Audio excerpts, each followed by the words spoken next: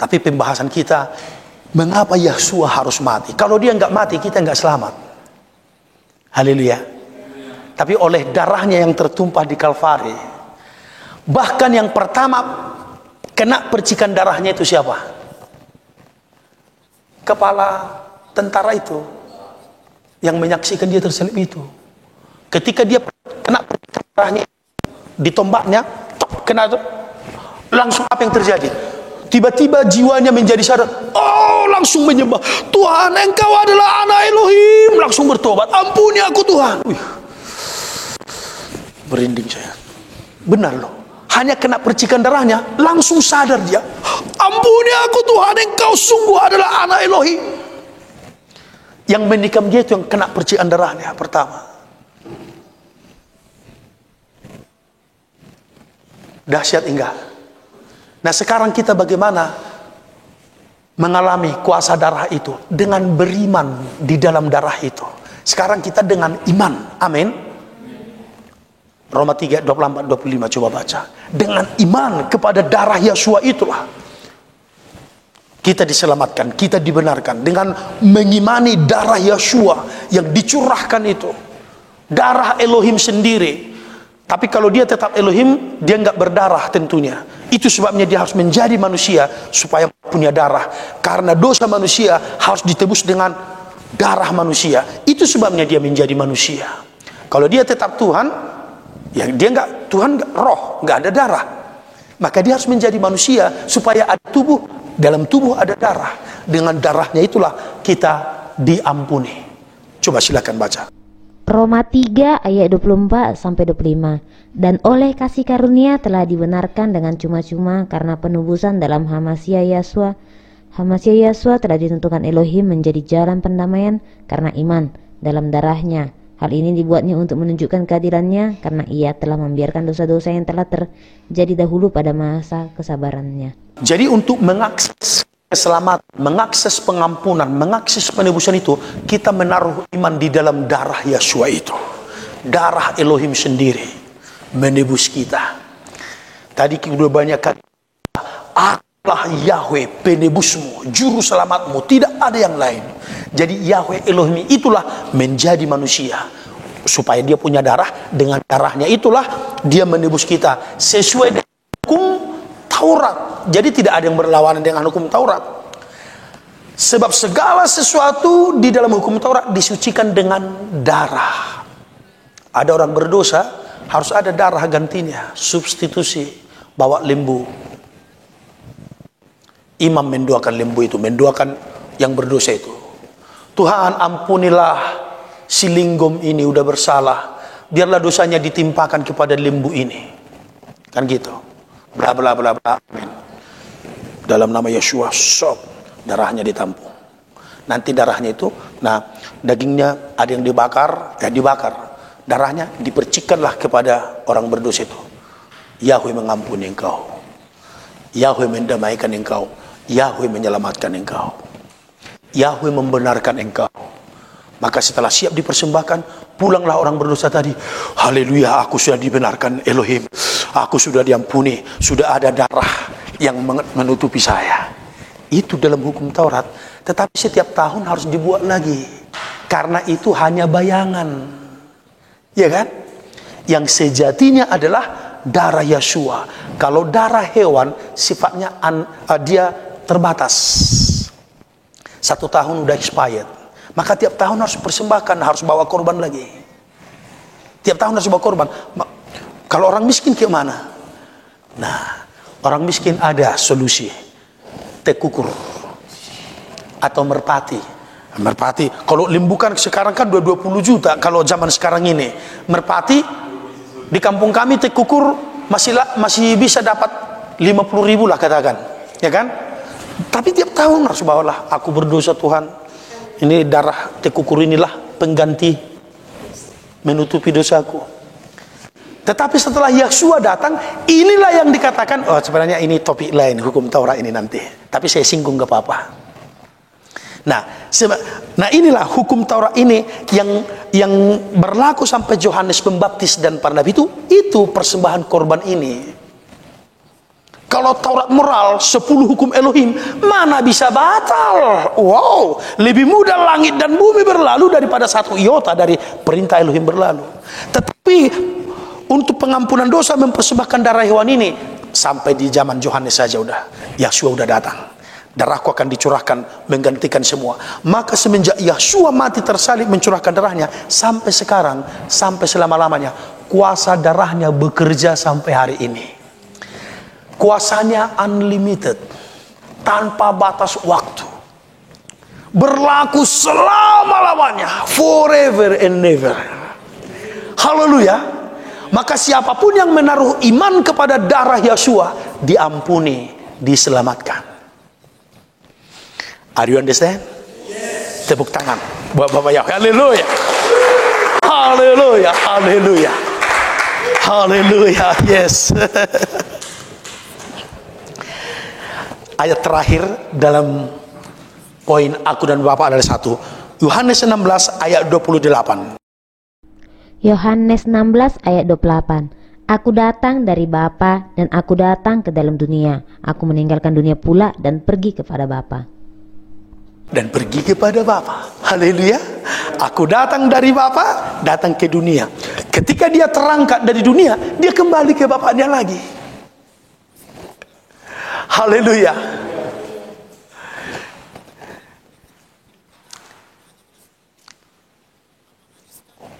Dia akan menyatu lagi dengan Bapaknya. Itu sebabnya ada istilah, ada firman, bukan istilah, duduk di sebelah kanan Yahweh. Duduk di sebelah kanan Bapa. Karena penjelmaan dia masih, sebagai manusia itu masih tetap, belum berubah. Tetapi nanti di akhir masa sekali, di akhir segala-gala, di akhir, sebenarnya ini topik ini udah akan sangat apa, tapi disinggung Rasul Paulus dalam 1 Korintus 15, setelah segala sesuatu nanti ditaklukkan, pemerintahan, kekuasaan duniawi ini, anak dan Bapa itu akan dekat. Jadi sekarang penampilannya masih anak dan Bapa. Jadi anak itu duduk di sebelah kanan Bapa, menghakimi orang yang hidup dan orang yang mati. Haleluya.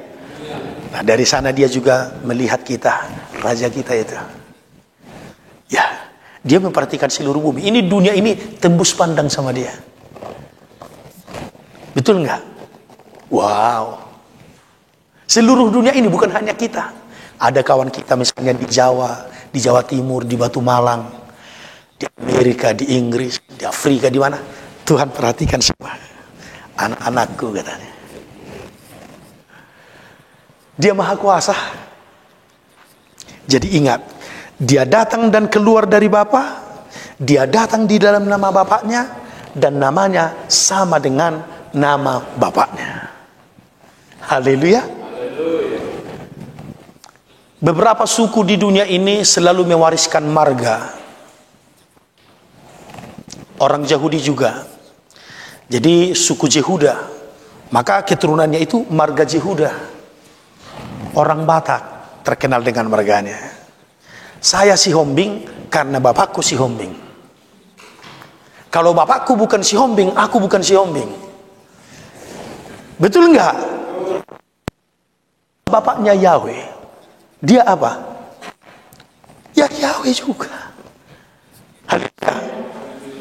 Jangan bapaknya Allah, anaknya Yesus. Gak cocok itu. Itu gak cocok. Gak sinkron itu. Bapaknya Allah. Ya kalau anaknya Allah juga lah. Ya kan? Yahshua. Yahshua. Karena datang dan keluar dari Bapa, ya dia juga Yahweh. Dia membawa nama Bapaknya, dia datang dalam nama Bapaknya, dia satu dengan Bapaknya, namanya pun satu dengan Bapaknya. Haleluya. Oke?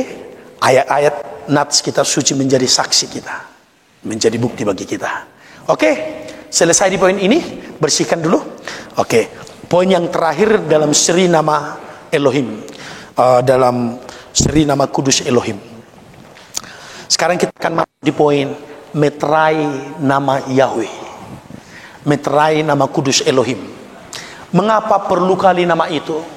Bukan hanya untuk kita sembah, bukan hanya untuk kita muliakan, tetapi untuk dimeteraikan di dahi kita, untuk dimeteraikan di diri kita. Kalau manusia tidak dimeteraikan dengan nama Yahweh, maka manusia itu dapat direbut oleh setan dan ditandai dengan meterai anti Hamasiah, Soten Hamasiah 666. Ingat, 666 itu adalah jumlah bilangan nama antikris itu sendiri. Sama seperti bilangan nama Yahweh semalam kita udah bahas, 44 itu, 46 itu numerikal nama Bapa Yahweh. Oke, sekarang meterai ya. Oke. Mengapa harus dimeteraikan di dahi kita?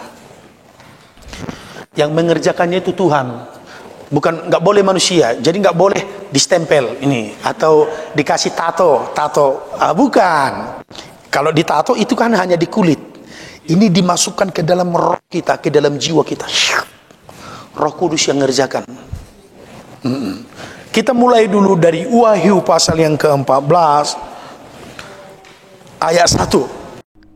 Wahyu 14 ayat 1.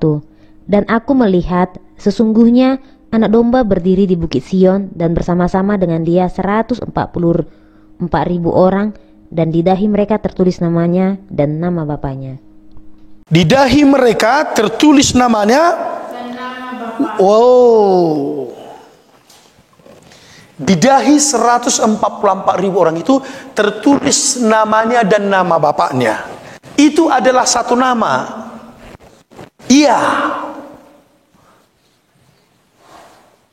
Ini namanya, ya, nama anak, tetapi sekaligus juga sudah menjadi nama Bapa, karena itu adalah singkatan dari Yahusua. Ditandai di dahi kita. Tak. Yahshua, milik Yahshua. Para malaikat tahu itu. Oh, ini milik Bapa kita ini. Ini. Karena udah dilihat Yahshua. Itu sebabnya semalam saya katakan, memanggil nama Yahweh jangan hanya di bibir, jangan hanya lip service, harus membatin, harus sampai ke dalam roh jiwa kita, di batin kita. Itu tandanya kita udah dimeteraikan.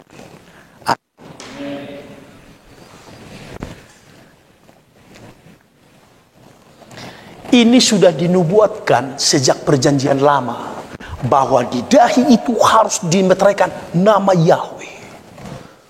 Itu sebabnya di dalam sorban imam besar, ada sorban imam besar yang putih, itu diukir dari sebatang emas murni, diukir Kados le Yahweh, kudus bagi Yahweh. Itu patam emas ditempelkan di sorbannya itu. Jadi kalau mau melayani itu dipakai Kados le Yahweh. Alexander Agung, penguasa yang dari Yunani yang pernah menguasai seperempat bumi, masih sangat muda, umur 32 tahun wafat, sekitar 10 tahun dia menjadi raja, menaklukkan seperempat bumi. Itu luar biasa. Ketika dia menaklukkan Timur Tengah, termasuk Palestina yang sekarang daerah Israel, termasuk juga Israel. Tetapi di dalam mimpi, Alexander Agung bermimpi ketemu nama kudus Bapa Yahweh, tetragramaton 4 huruf itu. Ketemu di dalam mimpi, dia nggak paham apa ini. Lalu dia punya kerinduan datang ke bait suci. Atas dorongan Roh Kudus, imam besar ketika itu juga datang ke bait suci, memakai sorban itu dan memakai patam emas itu, Kados le Yahweh. Ketika mereka ketemu di bait suci, Alexander Agung, penakluk dunia itu, langsung tersungkur menyembah. Langsung tersungkur menyembah. Itulah yang dimimpinya itu yang ketemu. Langsung menyembah. Dan semenjak itu Alexander Agung memperlakukan Israel dengan lunak. Tahu lunak? Tidak dengan kekerasan. Kalau taklukan yang lain, Gak boleh melawan sedikit. Kalau Israel gak berani dia. Oke lah, silakan. Tapi kalian baik-baiklah, jangan melawan saya lah. Tapi dengan lunak, langsung sujud menyembah ke nama itu. Coba buka dulu Perjanjian Lama, Keluaran 28, 36, 38. Keluaran 28 ayat 36 sampai 38. Juga haruslah engkau membuat patam dari emas murni, dan pada patam itu kau diukirkanlah seperti materai kudus bagi Yahweh. Haruslah patam itu engkau beri bertali ungu tua, dan haruslah itu dilekatkan pada serban di sebelah depan serban itu. Patam itu haruslah ada pada dahi Harun, dan Harun harus menanggung akibat kesalahan terhadap segala yang dikuduskan oleh orang Israel, yakni terhadap segala persembahan kudusnya. Maka haruslah patam itu tetap ada pada dahinya, sehingga Yahweh berkenan akan mereka. Haleluya. Haruslah imam besar Harun mengenakan itu, patam emas itu yang bertuliskan Kados le Yahweh, kudus bagi Yahweh. Ini adalah nubuatan untuk masa sekarang, bahwa di dahi setiap orang percaya harus diukirkan nama Yahweh, bahwa kita adalah milik Yahweh. Kenapa harus diukirkan di diri kita? Emang siapa kita? Kalau Harun kan imam besar, betul. Tetapi karena Yahshua HaMashiach, kita telah menjadi imam-imam. Makanya kita ini kerajaan imam, imamat rajani, imam-imam yang berkerajaan. Rajanya adalah Yahshua HaMashiach. Kita ini hambanya, kita ini imam-imamnya. Haleluya. Bukankah itu 1 Petrus 2 ayat 9? Coba baca 1 Petrus 2 ayat 9. Oleh karena penebusan Yahshua, kita telah dijadikan imam-imam. Itu sebabnya kita berkemampuan membuat kebaktian pribadi, mempersembahkan korban pribadi, karena kita sudah menjadi imam. Di dalam penyembahan, ku naikkan syukur padamu Yahweh, ku sembah sujud kepadamu Yahshua. Secara pribadi kita sudah mampu mempersembahkan korban. Bukankah itu pelayanan imam? Amin. Imamat yang rajani, imam-imam yang berkerajaan. Baca ayatnya. Iya. Tetapi kamu bangsa yang terpilih, imamat yang rajani, bangsa yang kudus. Haleluya. Kepunyaan Yahweh sendiri. Supaya kamu memberitakan perbuatan-perbuatan yang besar dari Dia. Haleluya. Haleluya. Yes. Memanggil kamu keluar dari gelap kepada terangnya yang ajaib. Kegelapan lambang kejahatan, kegelapan juga lambang kebodohan, ketidaktahuan. Kita dulu sembarangan memanggil nama Tuhan, malah kita panggil nama Dewa karena ketidaktahuan. Hosea 4 ayat 6, umatku binasa karena tidak mengenal, karena tidak tahu. Coba dibaca ini. Tidak tahu namanya yang benar, tidak tahu namanya yang kudus, sembarangan manggil. Akhirnya merasa doanya tidak dijawab, maka dia bernyanyi, masihkah kau dengar doaku? Dengan putus asa, karena salah menyebut nama, karena tidak tahu, akhirnya binasa. Coba baca Hosea 4 ayat 6. Hosea 4 ayat 6. Umatku binasa karena tidak mengenal Elohim. Karena engkaulah yang menolak pengenalan itu, maka aku menolak engkau menjadi imamku. Dan karena engkau melupakan pengajaran Elohimmu, maka aku juga akan melupakan anak-anakmu. Umatku binasa karena tidak mengenal, karena menolak pengetahuan. Padahal pengetahuan itu penting, saudaraku, penting. Setelah kita beriman, harus ditambahkan kepada iman kebajikan. Kepada kebajikan ditambahkan pengetahuan, knowledge. Artinya kita harus mau belajar, artinya kita harus mau mendengar, kita harus mau menyelidiki kitab suci. Jangan, itunya dulu, itulah sampai sekarang, itulah sampai selama-lamanya. Ya kan? Sekali Yesus, tetaplah Yesus. Karena nggak tahu, ya kan? Kan begitu pendapat orang di luar sana. Ya dulu juga sebelum tahu nama kudus, begitu juga kita. Setelah tahu, berarti harus memanggil namanya dong, nama yang kudus. Kan begitu. 2 Petrus 1 ayat 5-7, coba baca dulu. 2 Petrus 1 ayat 5-7. Kepada iman itu ditambahkan pengetahuan loh. Kan banyak orang seperti itu, nggak mau dia menambah pengetahuannya. Ya itu dulu ku tahu dari nenek moyangku, itu aja lah sampai mati. Ya Hosea 4:6 kena. Umatku binasa karena tidak mau mengenal, tidak mau menambah pengetahuan. Ya silakan. Kepada iman, garing dapat.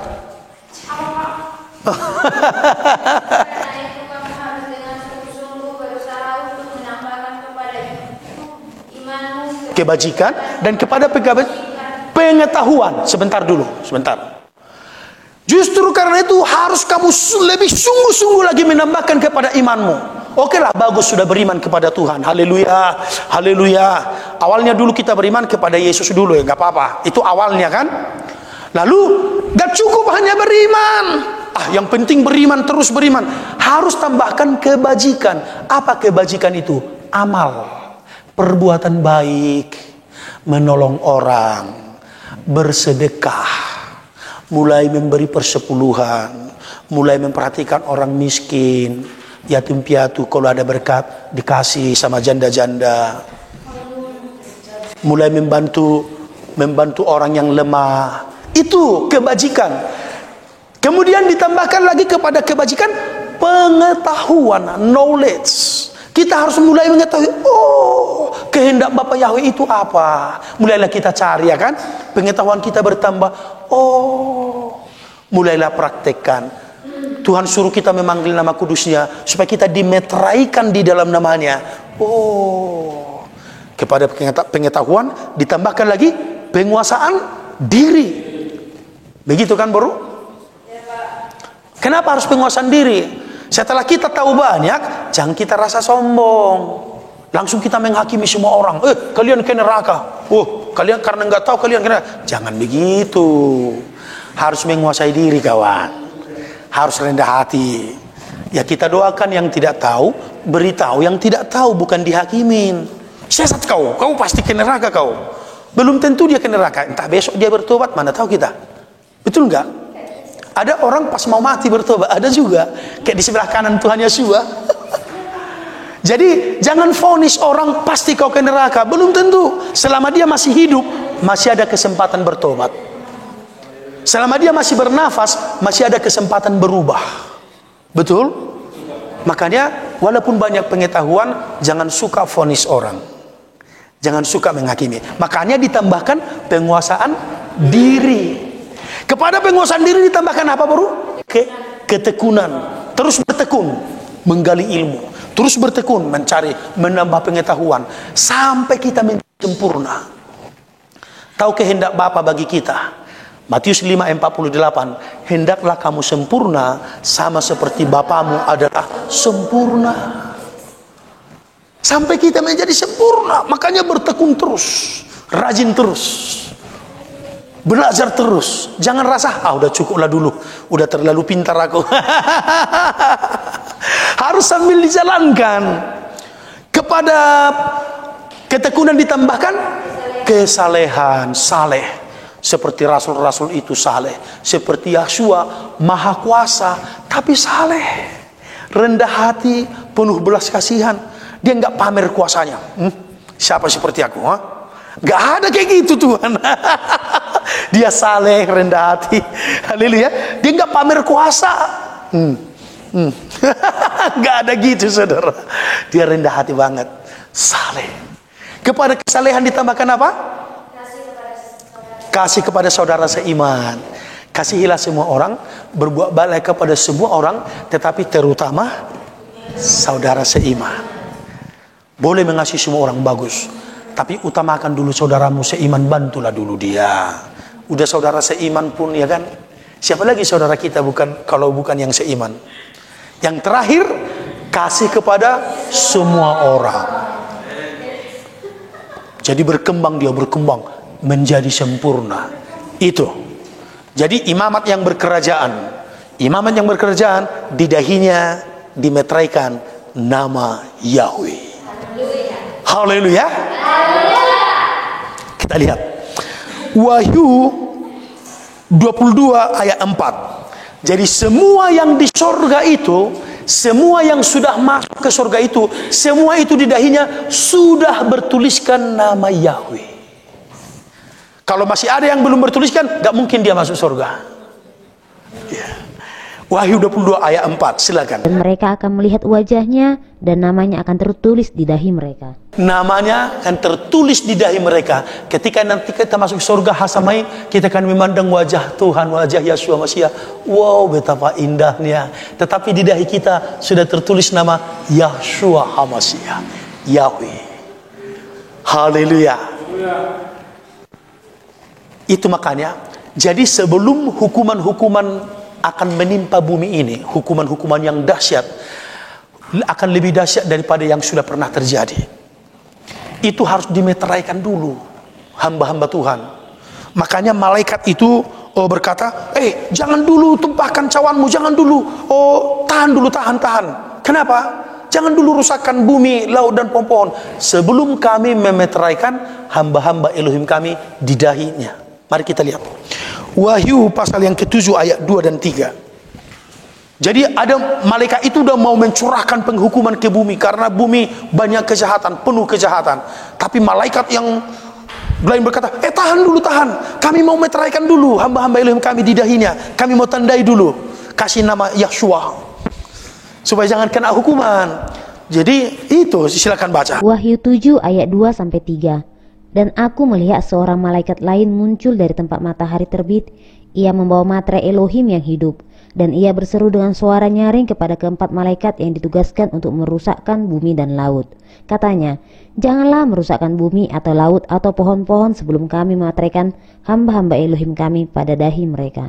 Dahinya, apa meterai di dahi? Nama Yahweh, nama Yeshua. Jadi apakah itu penting? Sangat penting. Mereka yang merasa tidak penting, ya tanggung resiko sendirilah, ya kan? Termasuk teman-teman saya para pendeta yang menganggap tidak penting nama Yahweh, resiko. Kawan-kawan sebaiknya berubah, bertobat. Betul enggak? Karena kalau tidak dimeteraikan, udah pasti kena hukuman, pasti dijamin.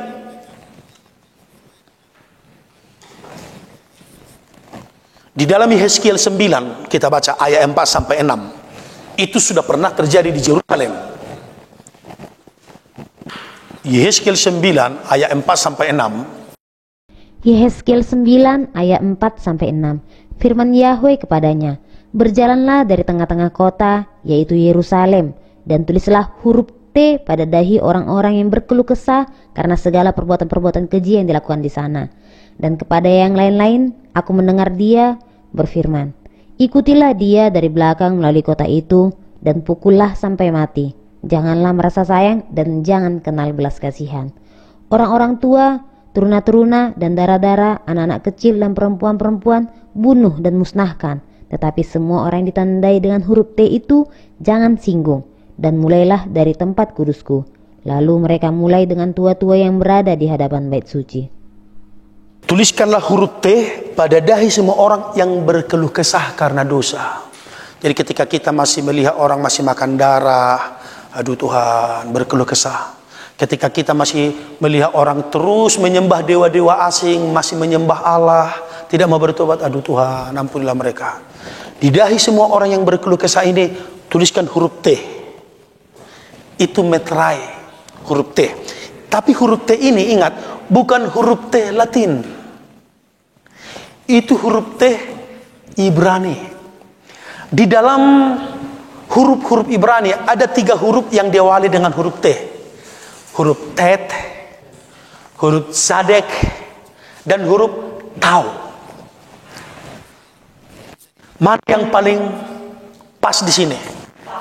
Tau. Dalam huruf Paleo Ibrani yang paling kuno, bentuk huruf Tau ini adalah salib. Salib berbicara pengorbanan dan penebusan Yahweh di kayu salib. Yeshua HaMashiach mati. Jadi ketika ditandai dengan huruf T, artinya sudah mengalami penebusan darah Yeshua. Amin. Pengampunan darah Yeshua itu tidak boleh disinggung, tidak boleh dibunuh. Semua orang lain yang tidak dimiliki tanda TI, tanda penebusan penyelamatan darah Yeshua itu musnahkan. Yang berfirman itu Bapa Yahweh. Haleluya saudaraku. Jadi nama ini sangat penting saudaraku. Tidak sesederhana yang kita kira. Enggak apa-apalah, aku tetap manggil dewa-dewa lah, manggil Allah aja lah. Enggak bisa. Kalau kita mau dimeteraikan untuk diselamatkan, harus dimeteraikan dengan namanya Yahweh, Yeshua. Haleluya. Haleluya. Demi keselamatan kita. Itu menandakan kita milik Bapa Yahweh. Tapi itu bukan di dahi ini, bukan di kulit maksud saya, bukan ditato. Itu ditembuskan ke dalam roh kita. Jadi para malaikat langsung kenal, langsung tahu, oh ini milik Bapa Yahweh, oh ini milik Bapa Yahweh, semua ini di Gibeon milik Bapa Yahweh. Haleluya. Haleluya. Karena itu di dalam roh. Orang yang sudah ditandai dengan meterai ini tidak lagi bisa ditipu iblis dengan tanda namanya 66. Ingat, tanda 66 ini adalah bilangan namanya. Bilangan nama siapa? Antikris, Soten Hamashiach, anti Hamashiach. Itu jumlah bilangannya, bukan nanti huruf ditulis 66. Tapi mungkin juga bisa ya. Tapi mungkin juga langsung namanya yang ditulis. Dan jumlah bilangan namanya itu 666. Bukan kebetulan nama ini jumlahnya persis sama dengan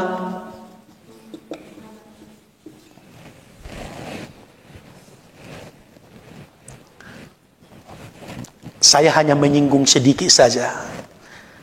Nanti ada poin khusus ke situ, harus belajar numerikal, dari mana itu dapat, nanti harus persis sama. Ini udah meninggal, di akhir zaman kan masih akan datang lagi, namanya mungkin bukan ini, atau mungkin juga sama, atau mungkin dalam nama yang lain, tetapi ketika dijumlahkan bilangan namanya tetap seperti ini. Kebetulan nama ini tuh jumlahnya seperti itu.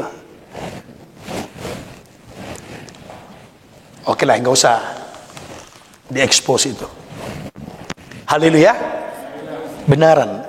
Nanti coba bilangan namamu, coba juga jumlahkan. Tapi kayak mana mengerti ya, harus belajar bahasa Ibrani dulu lah. Harus mulai belajar alef dulu ya kan. Alef nilainya 1 gitu ya kan. Bet, huruf B kemana teh? Bet gini. Bet jumlahnya 2, harus tahu dulu itu. Kalau belum tahu itu nanti nggak tahu menjumlahkannya kayak mana ya kan. Nantilah guru bahasa Ibrani lagi situ. Aku doktrin lah sekarang.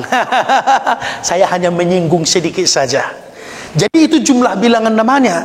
Maka orang-orang percaya, orang-orang kudus dimeteraikan juga nama Yahweh. Haleluya. Ketika nanti malaikat itu membuka, menumpahkan cawan atau meniup sangkakala, keluar itu belalang-belalang yang akan meniksa manusia, bukan membunuh, hanya meniksa selama 6 bulan. Rupanya seperti wajah seperti belalang, tapi pakai tameng, ekornya seperti ular. Itu di akhir zaman akan datang makhluk seperti itu. Alkitab sudah nubuatkan. Itu khusus meniksa yang tidak ada meterai Yahweh. Jadi setiap orang yang ada meterai Yahweh, walaupun nggak diganggu. Mau baca ayatnya? Wahyu pasal 9. Wahyu pasal 9 mulai ayat 4 sampai 6. Sama ini. Wah, luar biasa ini. Sama dengan Yehezkiel tadi ayat 4 juga. Wahyu 9 ayat 4 sampai 6. Dan kepada mereka dipesankan supaya mereka jangan merusakkan rumput-rumput di bumi atau tumbuh-tumbuhan atau pohon-pohon, melainkan hanya manusia yang tidak memakai materai Elohim di dahinya. Dan mereka diperkenankan bukan untuk membunuh manusia, melainkan hanya untuk menyiksa mereka 5 bulan lamanya. Dan siksaan itu seperti siksaan kalajengking apabila ia menyengat manusia. Dan pada masa itu orang-orang akan mencari maut, tetapi mereka tidak akan menemukannya, dan mereka akan ingin mati, tetapi maut lari dari mereka. Wah, bayangkan. Khusus menyiksa yang tidak punya meterai Elohim di dahinya. Jadi penting gak nama Yahweh? Sangat penting, very very important. Jika dimunculkan Tuhan makhluk ini, wow, tersiksalah semua manusia. Semua manusia yang tidak punya meterai itu disiksa. Sengatannya seperti rasa sengatan kalajengking kalau membunuh manusia. Wish. Jadi bisanya itu minta ampun. Tapi manusianya nggak mati-mati. Saking sakitnya manusia itu merasa lebih baik mati daripada hidup. Udahlah, aku mau mati aja, mau mati. Tapi nggak bisa mati pula, nggak mati-mati. Itulah siksaan kepada mereka yang tidak dimeteraikan dengan namanya. Jadi doaku bagi semua hamba Tuhan, pendeta, orang Kristen, terimalah nama Yahweh. Supaya diselamatkan, supaya dilindungi dari hari pencobaan yang akan datang. Karena masih banyak hari pencobaan akan datang. Virus COVID-19 saja udah hampir menghancur luluhkan ekonomi dunia. Ya kan? Semua terpengaruh karena COVID-19. Baru COVID.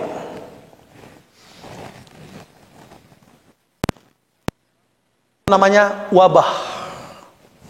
Masih banyak penghukuman yang akan dimunculkan Bapa Yahweh di bumi ini. Tetapi mereka yang sudah menerima kebenaran nama Yahweh, yang sudah dimeteraikan dengan namanya, terlindungi. Haleluya. Jadi demi keselamatan kita dan anak-anak kita dan generasi kita yang akan datang. Kalau masih lama akan datang penghukuman itu, paling tidak generasi kita nanti udah tahu nama Yahweh, mereka udah bertobat, mereka sudah menyembah nama Yahweh. Haleluya. Penasaran dengan rupa ini, makhluk ini? Coba baca dulu ayat 7 lagi. Wahyu 9 ayat 7. Dan rupa belalang-belalang itu sama seperti kuda yang disiapkan untuk peperangan, dan atas kepala mereka ada sesuatu yang menyerupai mahkota emas, dan muka mereka sama seperti muka manusia. Ngeri ini ya, coba saudara bayangkan dulu. Rupa belalang-belalang itu sama seperti kuda yang disiapkan untuk peperangan. Rupanya di atas kepala mereka ada sesuatu yang menyerupai mahkota emas, dan muka mereka sama seperti muka manusia.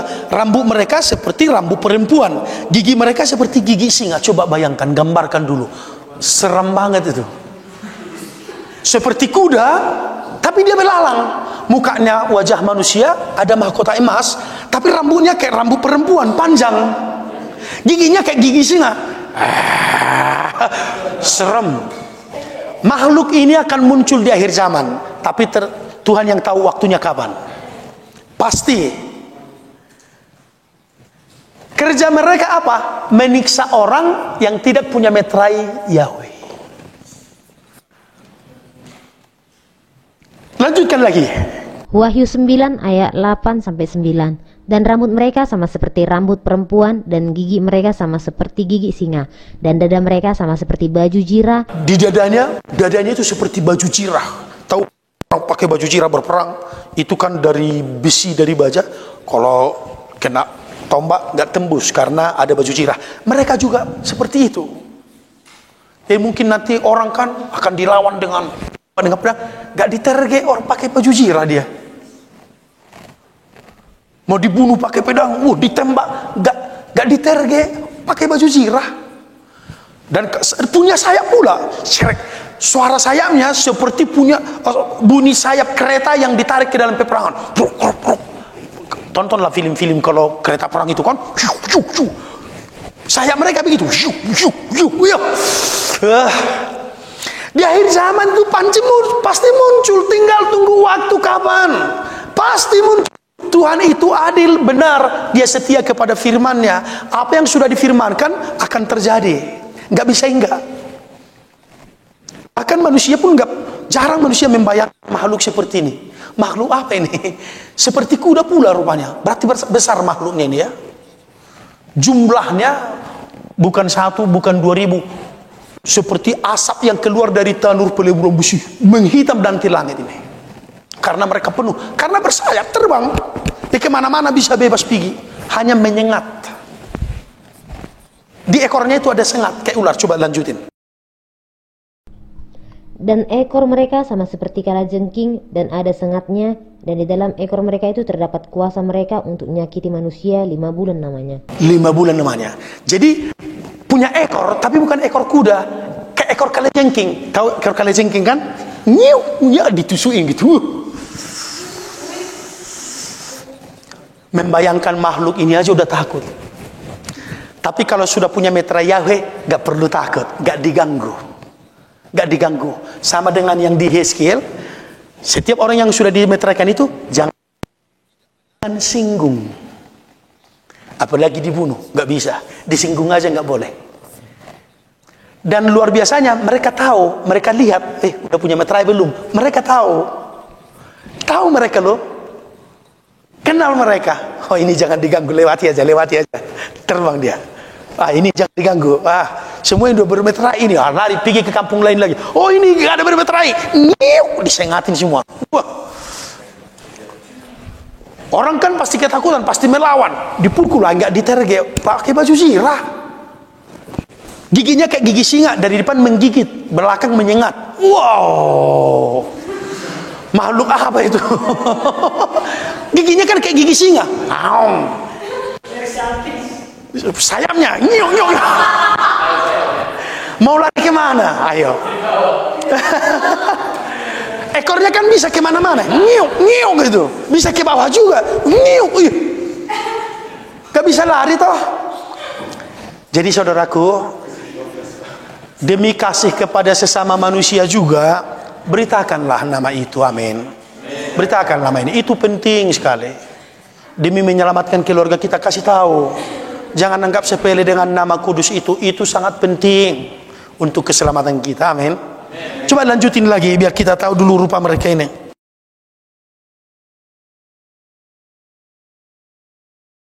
Dan raja yang memerintah mereka ialah malaikat jurang maut. Namanya dalam bahasa Ibrani ialah Abaddon, dan dalam bahasa Yunani ialah Apollyon. Itu baru sangkakala yang kelima loh. Itu terjadi di peniupan sangkakala yang kelima. Terjadilah penghukuman ini. Jadi ada raja yang memerintah mereka, namanya Abaddon. Dalam bahasa Ibrani Abaddon. Dalam bahasa Yunani Apollyon. Saudaraku, jangan sepele dengan nama. Itu kebenaran yang menyelamatkan. Banyak lagi kebenaran yang lain. Tapi nama itu adalah sampai ke surga itu tetap ada. Nubuat akan berhenti, bahasa akan berhenti, pengetahuan akan lenyap, tapi nama Yahweh akan sampai ke surga. Nubuat hanya bekerja ketika kita di bumi ini. Selesai dari bumi, selesai nubuat. Bahasa roh akan selesai, pengetahuan akan lenyap, nama Yahweh kekal, dimeteraikan di dahi setiap anak-anaknya. Janganlah kiranya ada menyepelekan nama ini. Amin saudaraku. Abaddon. Apa artinya Abaddon? Lihat dulu di kamus. Kalau dalam bahasa Ibrani artinya penghancuran, penghancur, pembinasa, benar, peniksa. Jadi dia datang hanya untuk meniksa, bukan membunuh. Jadi mati-mati dibikinnya, hanya tersiksa aja. 5 bulan bayangin. Pernah demam 3 hari, meriang, enak enggak? Uring-uringan enggak enak kali. Badan panas, meriang enggak enak. Saya juga pernah. Aduh. Saya juga pernah. Aduh. Saya kerja di ladang sampai tengah hari bolong sampai lewat. Jadi mata pulang ke rumah langsung mandi pula saya. Itu kesalahannya. Rupanya kalau panas sekali jangan langsung mandi, diamkan dulu sampai dingin. Siap mandi, rasa saya kok nggak enak badan ini. Malamnya demam, keringat dingin, panas, panas nggak enak kali. Saya pikir sempat seminggu begini bahaya ini. Betul enggak? Satu hari aja udah tersiksa kali. Ini 5 bulan kawan, 5 bulan disiksa oleh sengat kalajengking itu, yang seperti belalang itu. Itu baru sangkakala ke-5, ada sangkakala ke-6 lagi, ada sangkakala ke-7 lagi, ada lagi cawan lagi,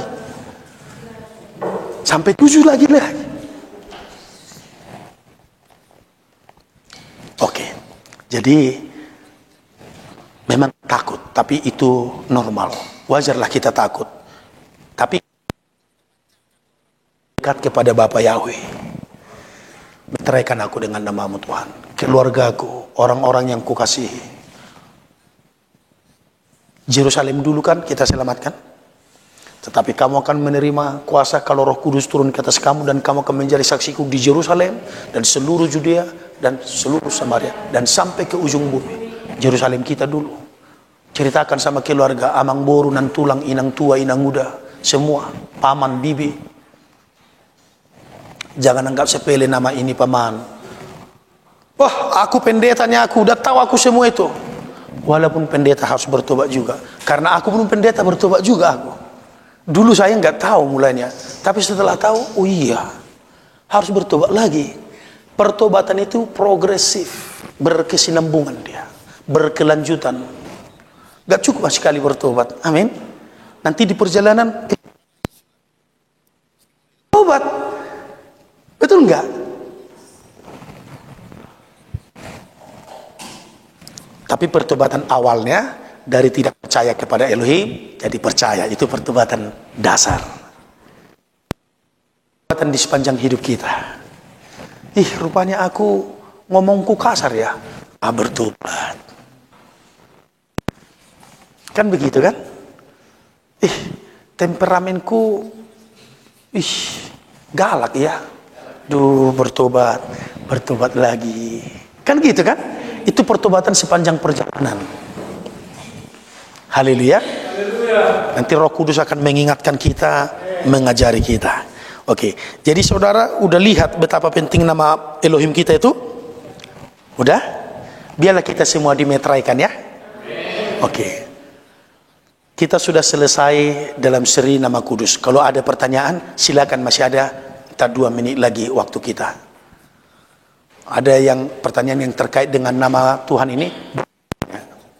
Tetapi kita udah lihat jelas dari Kejadian sampai itulah namaku sampai selama-lamanya, itulah sebutanku sampai turun-temurun. Bahkan ketika dimeteraikan ke dahi kita sampai ke surga. Jadi di dalam roh kita ini sekarang, di dalam roh kita itu kita yang sudah menerima dimeteraikan di dalam. Udah bertuliskan di dalam ini. Bukan di kulit ya. Kalau kulit bisa ditato. Karena kalau kita meninggal, kalau di kulit hangus dia kan, busuk. Tapi kalau di dalam roh, walaupun kita mati, itu akan tetap ada. Ketika manusia mati, ingat, bukan tidak ada yang dibawanya. Yang tidak dibawanya adalah benda-benda material. Tetapi kalau orang meninggal, semua perbuatannya akan menyertai dia, baik atau buruk. Jadi semua kebenaran yang kita terima ketika kita meninggal, itu akan beserta dengan kita. Betul? Ketika roh kita udah dimeteraikan, itu akan ada menyertai kita. Ada orang bilang kalau mati tidak bawa apa-apa. Bawa. Alkitab yang bilang. Wahyu berapa itu? Wahyu 14 ayat 12 atau Wahyu 14 ayat 13. Ya. Wahyu 14 ayat 13. Dan aku mendengar suara dari surga berkata, tuliskan, berbahagialah orang-orang mati yang mati dalam Tuhan sejak sekarang ini. Sungguh, kata Roh, supaya mereka boleh beristirahat dari jerih lelah mereka, karena segala perbuatan mereka menyertai mereka. Karena segala perbuatan mereka menyertai kita. Semua perbuatan amal kita yang sudah pernah kita praktekkan, itu kita bawa serta. Kebajikan-kebajikan kita, sedekah kita, itu akan kita bawa serta. Kebenaran-kebenaran yang sudah kita terima di bumi ini, itu akan kita bawa serta. Pengetahuan akan kebenaran yang kita sudah pelajari, yang sudah tinggal di dalam roh dan batin kita, itu akan kita bawa serta. Yang tidak kita bawa hanya benda-benda material, seperti emas, jas kita akan tinggal, sepatu kita yang tinggal. Karena walaupun dipasangkan itu waktu meninggal, wafat, udah dikubur, busuk lagi, ya kan? Kalau bawa emas bahaya, bisa dicongkel orang kuburannya. Jadi gak usah bawa emas ke kuburan, ya. Tetapi semua kebenaran yang kita terima itu akan ada menyertai kita. Semua perbuatan kita, kebaikan-kebaikan yang pernah kita lakukan akan diingat. Pas ketika dia meninggal di Jope, datang Rasul Petrus di situ. Semua ibu-ibu di kampung, di kota itu datang kepada, tolonglah Rasul Petrus, tolonglah, dia layak kau tolong. Inilah baju kami yang dijahitnya, dia orang baik kali lo Petrus. Sampai si Petrus tergerak hatinya, orang belas kasihan. Lalu dia datang, dibawanya si Dorcas atau si Tabita itu di dalam kamar sama mama ibunya. Tabita, bangunlah. Langsung bangun dia. Dalam nama Yeshua Mashiach, bangun. Kasih minum katanya, minum. Hidup lagi. Kebaikan-kebaikan kita akan diingat orang. Apalagi Tuhan, Cornelius, tentara Romawi, karena dia suka bersedekah kepada orang Israel, kepada orang Yahudi. Kalau orang Yahudi mau bangun sinagoga, dia kasih sumbangan. Padahal dia orang Roma. Orang Roma itu secara umum menyembah dewa Jupiter. Menyembah dewa-dewa lah, banyak dewa-dewa mereka, banyak dewa yang lain. Tetapi perwira ini takut kepada Yahweh Elohim. Jadi saking suka dia memberi, sampai datang malaikat. Ketika dia berdoa malaikat, Cornelius, ya Tuanku, doa dan sedekahmu telah diingat di hadapan Elohim, di hadapan Yahweh. Suruhlah orang ke Jope menjemput yang namanya Petrus. Dia akan memberitahukan apa yang perlu kau tahu. Langsunglah disuruh prajurit kepercayaannya 2 orang. Jemput dulu Petrus di Jope. Di rumah siapa Tuhan? Pokoknya kalian cari, aku nggak tahu di rumah siapa. Dicari, diketukin rumah orang. Ada apa? Ada nggak di sini menginap namanya Simon Petrus? Petrus lagi berdoa di atas, ya kan? Nah, doanya itu pelajaran nanti atau besok atau nanti ya, tentang hukum Taurat itu, tentang makanan. Nah, tapi singkat ceritanya, turunlah Petrus, ikutlah besoknya ke rumah Cornelius. Karena apa? Doa dan sedekahnya diingat di hadapan Elohim. Jadi Tuhan itu maha baik loh. Semua kebaikan saudara diingat Tuhan loh. Amin. Benaran. Mungkin manusia tidak membalas kepada kita kebaikan kita kepada dia. Jangan salah harap.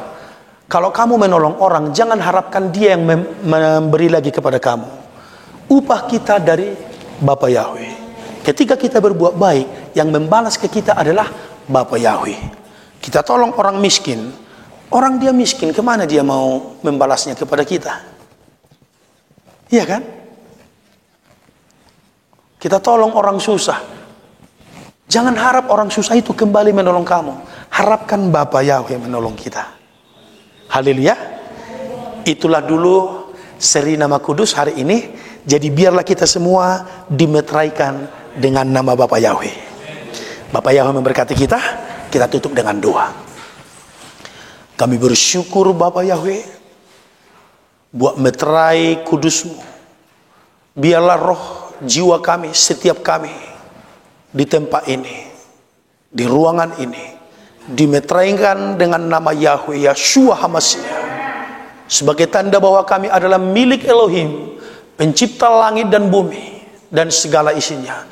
Yahweh Sebaot Besem Yeshua HaMashiach. Kami mengucap syukur Bapa. Biarlah pelajaran ini termeterai di dalam roh kami, di dalam batin jiwa pikiran kami. Terima kasih. Dan kami akan istirahat sejenak. Segarkan roh jiwa tubuh kami. Berkati kami untuk sesi nanti siang Tuhan, menerima pelajaran yang baru lagi dengan pengurapan dari roh-Mu. Demi nama Yeshua HaMashiach kami bersyukur, kami berdoa. Amin.